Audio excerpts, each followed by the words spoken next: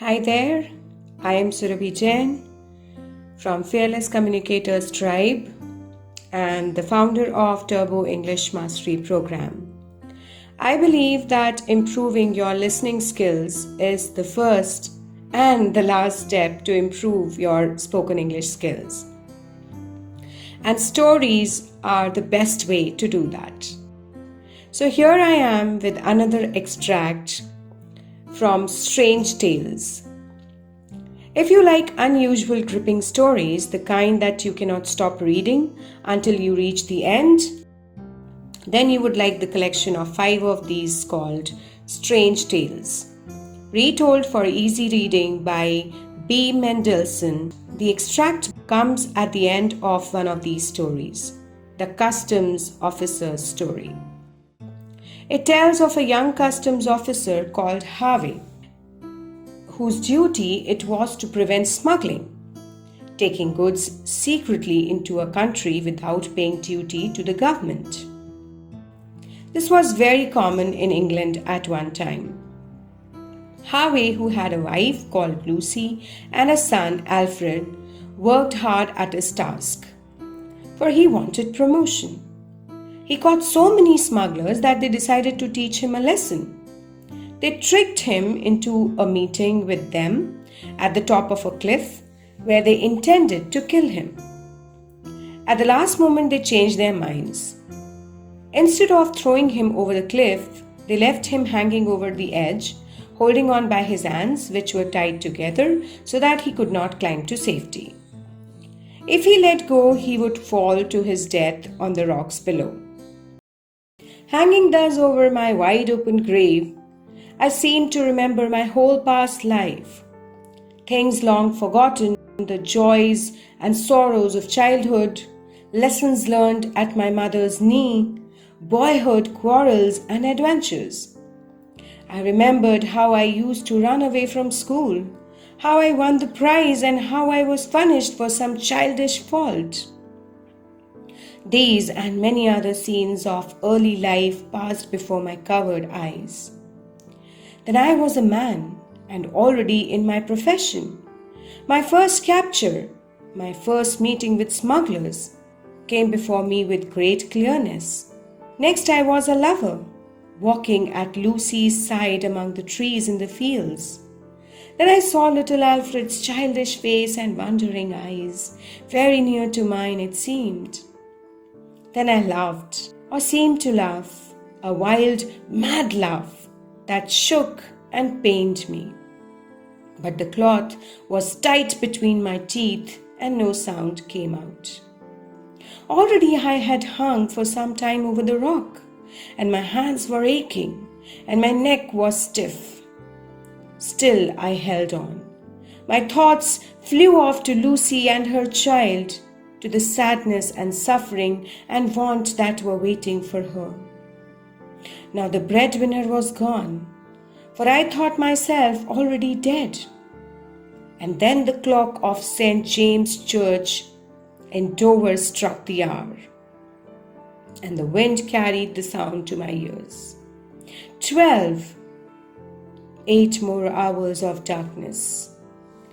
The wind now blew less, and the cold rain fell and cut my face and hands.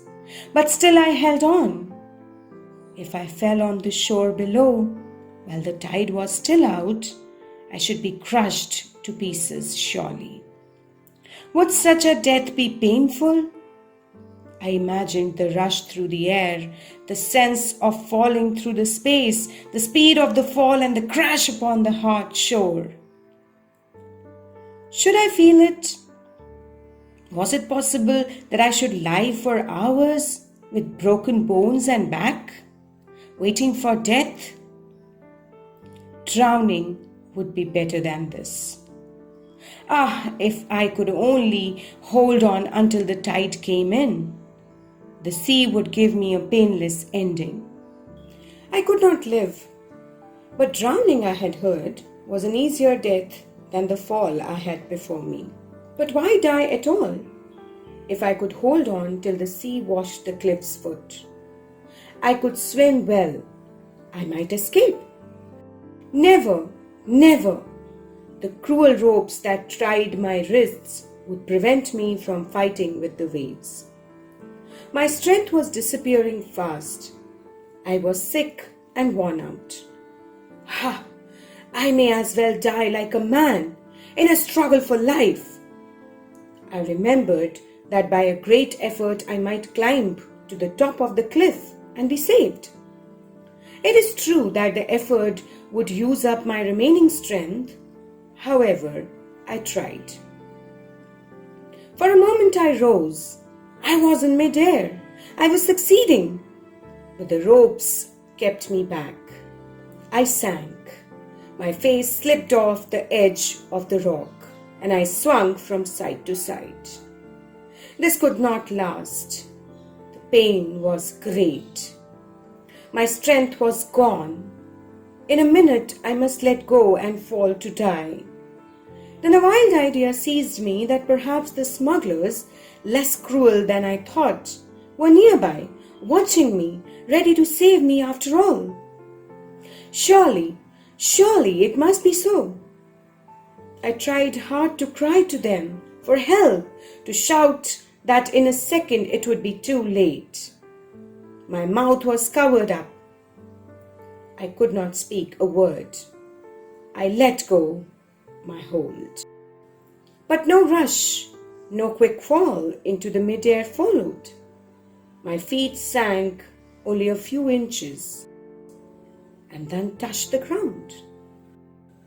The firm, solid ground. It was no dream.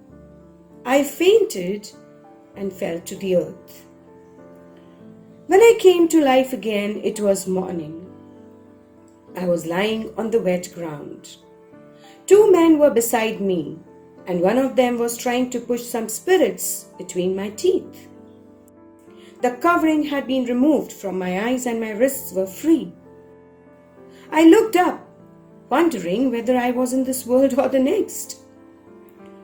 "I am very glad, sir, you opened your eyes at last," said one of the men. "Though how you came here nobody could guess."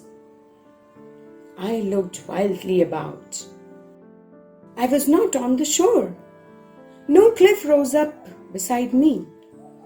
I was lying in a hole in the chalk hills. I shall explain the cruel trick that had been played on me. I had no idea that the smugglers, when they caught me by means of the false letter, meant to take my life, which at the last moment they spared. They had decided, after all, not to kill me. Not for my sake, but for the sake of my wife and child. But they had not been willing to let me altogether escape the punishment. And so they had placed me in a position where I was sure to feel the suffering of coming death without having to die. They had left me hanging with my eyes covered over the edge of a shallow hole in the chalk, less than 9 feet in depth, but with the belief that I was hanging over the side of the big cliff, with a terrible death slowly creeping upon me. The bottom was never more than a yard from my feet, and when I fell, being a man 6 feet in height, I was within a short distance of the ground. But I died 1,000 deaths in one during that terrible hour I spent on Poet's Cliff.